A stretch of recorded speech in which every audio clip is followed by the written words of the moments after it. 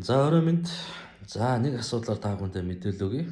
За юу гэхээр өнөөдөр шүүх гэрлэгчдийг эвдрүүлэх талаар бүх төрлийн арга хэмжээ авна гэж байна. За тухайн бүх төрлийн эвдрүүлэх арга хэмжээг эвдрүүлэн зуршлах ажиллагаар авч байгаа.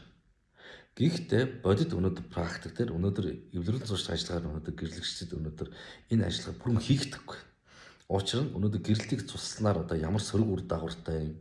За талууд эвдрүүлэн зуршлыг эвлэрснээр ямар ач холбогдолтой юм. Үүнийг ерөөсөө ойлгож ярилцахгүй байна, зөвлөлдөхгүй байна.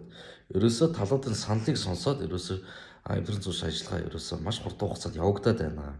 Тэгэхээр энэ эвдрүүлэн зуршлах ажиллагаа бас үйл ажиллагаа илүү жоохон нээлттэй, илүү удаан бүх талаас нь энэ арга хэмжээг аваач гэдэг байдлаар энэ бас бичлэгийг хөргүүлж байна.